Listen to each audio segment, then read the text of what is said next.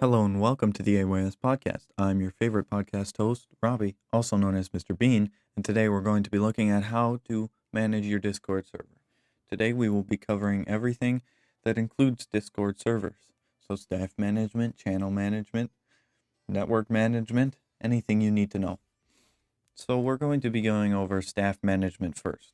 There's two main things I want to cover, and that's what your staff team looks like. You've got your hierarchy, your typical like owner, admin, moderator sort of setup, and your departmental, which is a little bit different. So let's go over both. A hierarchy system will have typically an owner at the top, maybe an admin or a head admin at the top as well, and then they'll have a mod and maybe a trial mod at the bottom and a couple partnership managers. Now, this system works really well on small servers because there's not a lot of jobs that need to be filled. So the owner pretty much oversees everything. So in this case, your owner would oversee like the partnership team, the mod team, the administration. They would make sure everything runs smoothly. If you had yourself a head admin or just an admin, that person would be like a co-owner. They would basically do everything that the owner does. And of course, a mod would do what a mod does, moderates the server, and your partnership team and maybe a couple advertisers would work on your growth. But you as the owner would mainly be focusing on the growth aspect as well. Now, with that said, that works great in small servers where there's not much that needs to be done. Once you get a little bigger, 300 to 500 members, we suggest that you go departmental. Now, what this is it's more structured. So your mod team's going to have a leader rather than just you or the head admin, and your partnership team would have a leader rather than just you or your head admin. So your different teams are going to have different people in charge. This is kind of like an HR team or a team leader team that would look over each specific team. So you would have one person in charge of that team, and one person is in charge of one specific team rather than you or one person in charge of all of the teams. So there's a couple benefits and a couple of drawbacks to this system as well. Each department is responsible for something different that contributes to the success of your server. Staff in these different departments would have to be dedicated to the work they're doing and solely focused on that work, rather than, say, a mod being able to do partnerships. But with everyone fulfilling their duties in that department that they are assigned in, the server would operate more smoothly than a hierarchical system in a bigger server. Now, there is a drawback, and that would be burnout. So if your mod is focusing solely on moderation, they can't take a break from that and do partnerships for a while. That's not going to work out. So burnout is a thing that can happen, and burnout is a thing that can be managed and resolved. We suggest you go take a look at our episode on burnout. That is a really good listen. Now, with that said, what kind of staff do you want in your server? So, with that said, what kind of staff do you want to have in your server? So for your hierarchy system, which I would suggest using this system below 300 members, you can have you, the owner, and maybe a co-owner, or you could call that role a different name. Admin, head admin, or you could just give them the owner role. All of that works.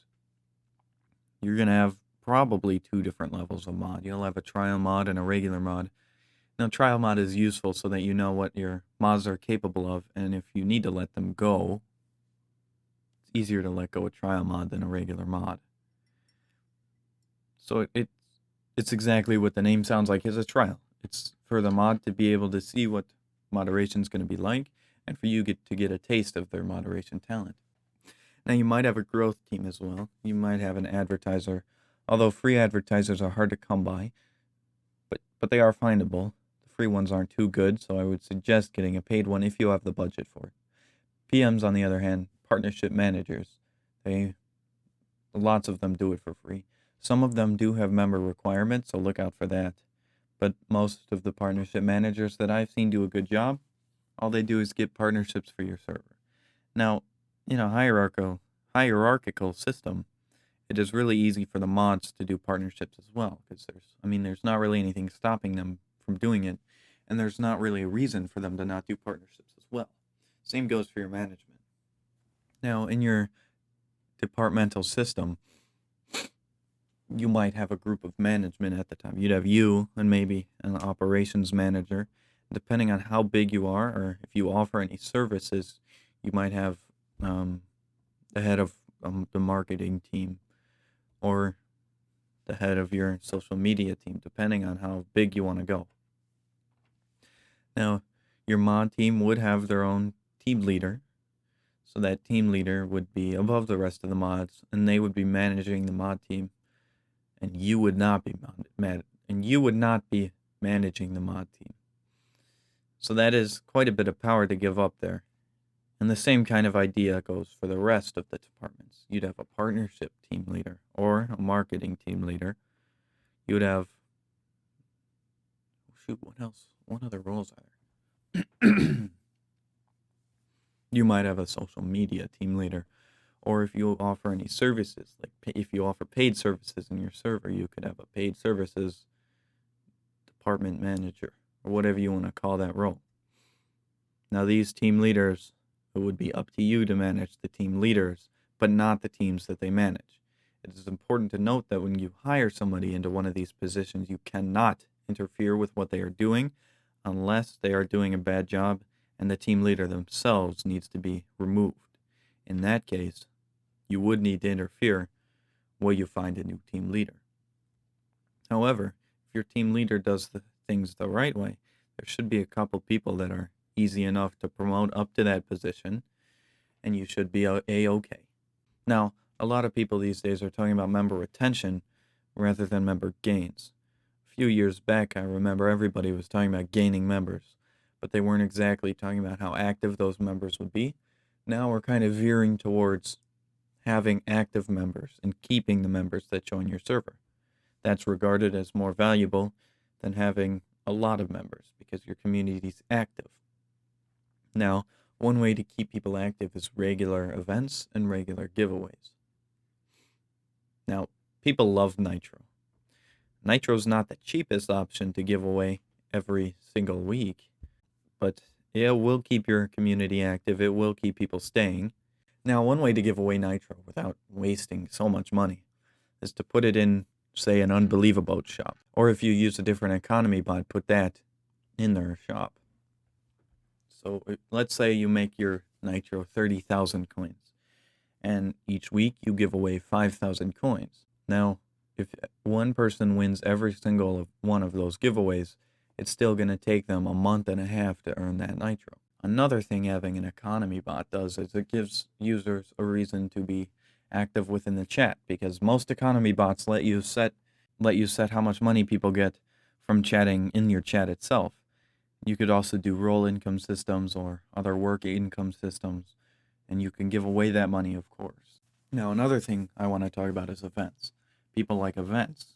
People like winning events, too.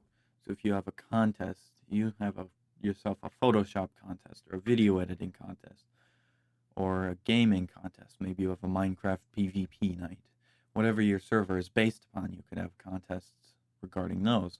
And whoever wins those contests could win, let's say, 5,000 Unbelievable coins going towards the Nitro that they want to purchase. You could also do other events, such as game nights, that don't exactly have a contest aspect to them, but they do have a fun aspect to them. It gives users a reason to join your server, and it gives users a reason to stay in your server. Nobody wants to join an inactive server that has no purpose, or looks like it has no purpose on the outside. Now, you could advertise these events in your advertisement. You could put weekly Minecraft game night or weekly Terraria game night or whatever game you want to play. Now, another way to keep your server active is to have level roles. Now, this also ties back into your server's economy bot. Now, your level roles, you can set income for them on most economy bots, and so when users do whatever collect command the bot may have, they would receive income from those roles that they have based on how much you set them. So let's say you have a level 5 role and you give them 5 coins, and your level 10 role you give them 10 coins, so on and so on. That gives them a reason to keep talking so that they can get more levels and therefore more money, and are therefore closer to that Nitro goal. Now, if you don't have money for Nitro, sponsorships are a thing. You could get other people to sponsor a giveaway, and what that would mean is that you would put their ad in a giveaway and they would gain members. Now that is one way to keep your community growing and one way to keep your community active, but it's also another way to support other communities. And now if word gets around that you're supporting other communities, lots of people are going to want in on that action. Now that we've talked about member retention, we want to talk about your ability to have those members contact your staff team. Now, having them DM a mod or an admin or a person in management is not ideal because your whole team can't see that. So we suggest setting up a mod mail for your server. Now, managing mod mail is a little bit difficult, but once you get the hang of it, it can be pretty easy. Now, it is recommended that you keep mod mail and moderation as separate teams. So your staff members would have to complete a test or a training program to get in your mod mail department so that they know what to send and how to be professional, and so that they know the rules that you've set. Because trust me, being unprofessional in a mod mail thread is not ideal, and it does not keep members retained. Now, of course, if you had yourself a mod mail team in your departmental system, you would have a team leader for that. And if you had your mod mail team in more of a hierarchy system, you would be the team leader of that, or an admin would be the team leader of that. With all that said, we've gone over so many ways to keep your server active, but you're really just trying to get those gains, and you have a large budget to go with. We would suggest heading over to shop.ays.gg, where we have tons of services to offer. You can purchase one of our advertising plans that will gain members very, very quickly. You can order a custom advertisement or a special servers post, which creates an ad for you or puts it in a channel. You can purchase a mod mail from our development team and get a great mod mail bot, or you can just buy a priority for growth services, which gets you higher on the list when our growth team is going through your request. Now, with all these options available to you, growing your server when you have a larger budget is pretty easy. And with everything else discussed in this episode, growing a server and maintaining a server without a budget is also fairly easy. If you have questions, please do not hesitate to let us know. You can ask in the lounge, and probably won't get an answer from a staff member, but you might get an answer. You could DM AYS support asking for growth questions. Our Discord growth expert team will be very happy to answer any question that you have. I would like to thank you for listening into this episode of the AYS podcast. I'm your favorite host, Robbie, and I will see you in the next one.